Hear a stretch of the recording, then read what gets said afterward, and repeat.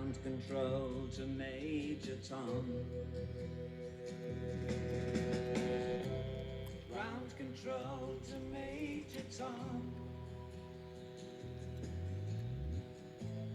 Take your protein pills and put your helmet on. Ground control to Major Tom. 7, 6, commencing countdown, engines on. 3, 2, check ignition, and may God's love be with you. All right, everybody, here we go. Another episode of Off the Grid. You got it. This is the exit ramp. No script, no folly, no polished chapters. Daily life. Raw live transmissions from the space between. We're going off the grid to deal with the adrenaline debt and the architecture of the rebuild in real time. The rent is due every day. Let's pay it together.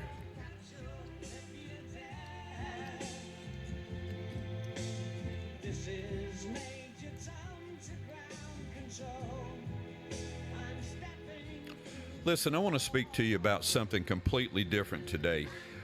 On July the 2nd of this year, NASA's Perseverance rover was sitting in Jezero Crater on Mars, doing what it does, right?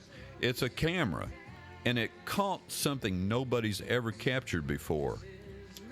Our Earth, the whole planet, just a small bright dot in the Martian sky, slowly passing behind Phobos. Phobos is one of Mars's 2 tiny moons. And then guess what? Earth just disappeared. Blinked out right behind that little rock. Think about that for a second.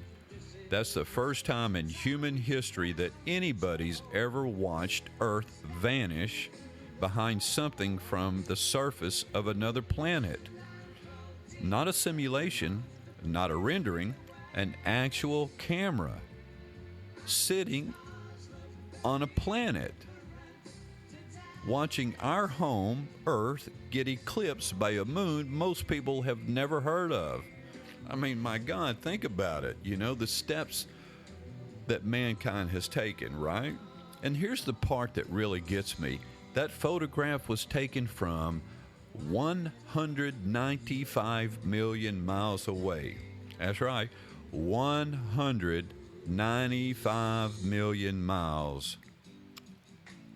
And there we are, everything and everyone you've ever known, every argument, every bill, every heartbreak, every single thing that felt like the whole world to you at some point, reduced down to a little dot of light, quietly disappearing behind a rock the size of a small city.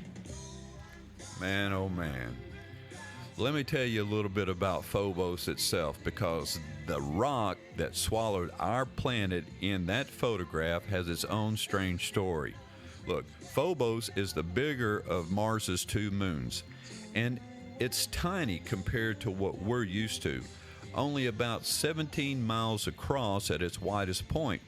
It orbits Mars 3 times a day. That's right, 3 times a day, compared to our moon, which takes almost a month to go around us once. Phobos is riding so close to Mars, only about 3,700 miles up. In some spots on Mars, if you were standing there, you could actually see, because it's so close to the horizon. Get that? You could actually see it. And here's the part that sounds like science fiction, but it isn't. Phobos is doomed. That's right. It's slowly spiraling toward Mars, moving closer by about 600 feet every 100 years. Now, to you and me, we won't be around, but the point about it is this. Scientists say that in roughly 50 million years, it's either going to crash straight into the planet or get torn apart by gravity and scatter into rings around Mars, like the rings around Saturn. That little moon that just eclipsed our entire planet in a photograph itself on a slow motion collision course toward its own end. There's something in that too, honestly. Even the thing swallowing us in that picture isn't permanent. Nothing out there is stirring still, right? Everything's moving towards something, whether it's aware of it or not, just like we are. Then, just a few weeks later, on August the 13th, something almost poetic happened. One day after Earth had its own total solar eclipse, the one that crossed Iceland, Portugal, northern Spain, Perseverance caught Mars having an eclipse of its own. That's right.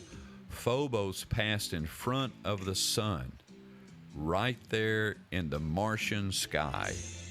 Get it? Now, Phobos is small, so it couldn't have fully covered the sun the way our moon does here, right? Technically, it's called a transit instead of a full eclipse. But still, one day after we had ours, Mars had one too. Different planet, different moon, same basic idea. The universe doing the same little dance in two places at once. 195 million miles apart. Man, oh man. Good day to be a human.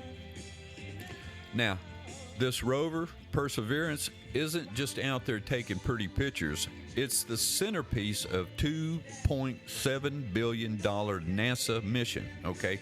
Think about it. It's been sitting in the Jezero Crater since February of 2021. Its actual job is studying whether Mars could have ever supported life, looking for signs of ancient microbial life, and collecting soil and rock samples for future missions that will eventually bring back to Earth. That's right. It's capturing everything up there and going to bring it back. I mean, you got to think about that, folks, all right? It's also laying the groundwork for actual human beings to walk on Mars someday. So every photo it takes, even the ones that feel poetic, like this one that I'm talking about, are coming from a machine that's been grinding away, doing real science for years. All so we can understand a planet that might have once looked something like ours. You know, I don't know why that hit me the way it did, but it did. Maybe because most days we're all so wrapped up in our own noise, the bills, the arguments, the news, whatever we got going on around us to wind us up that particular day, that we forget we're sitting on a tiny rock spinning around a star, and somewhere out there, a machine we built, humans built, is sitting on a different planet, looking back at us like we're nothing but a flicker of light. And in a way, we are. That's not meant to make you feel small in a bad way. I actually think it's the opposite. There's something clarifying about that, okay? All the stuff that felt so enormous this week, I promise you, from 195 million miles away, none of it exists. It's just light, a dot blinking on and off behind a moon nobody on Earth will ever set foot on. And listen, David Bowie wrote the song, right, about actually what this feeling is like. Back in 1969, Space Oddity, Major Tom, floating in his tin can, watching Earth get smaller and smaller until it's just blue, and there's nothing he can do. That song is over 50 years old, right? And it still says something true, because we finally got an actual photograph of it happening. Not a metaphor anymore, people. A real picture from a real rover of our planet doing exactly what Bowie sang about. Shrinking it down to nothing from far enough away. And here's what I want to walk away with on this, okay? Not everything has to be heavy. Not everything has to be a lesson about the economy or a fight about who's in charge in Washington. Sometimes it's the thing we're thinking about is just how strange and beautiful that it is that we're capable of building a machine, sending it to another planet, having it look back at us with something like wonder. I mean, we're all just riding this rock together, whether we act like it or not, and every once in a while, it's worth remembering that from far enough away, all of our noise gets quiet, and all that's left is a little dot of light, still spinning, still here, still worth something.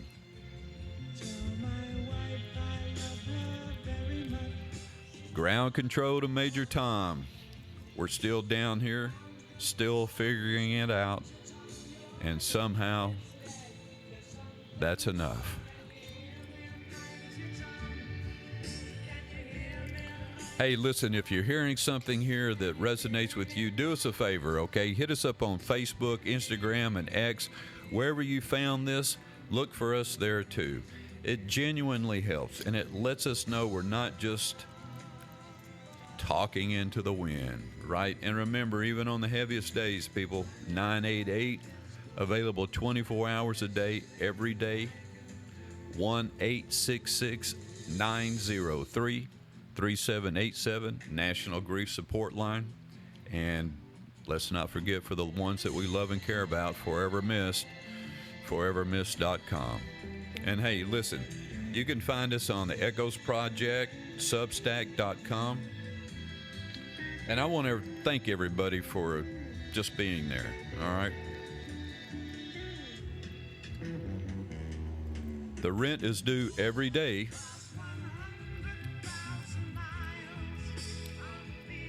And until next time, look for us off the grid.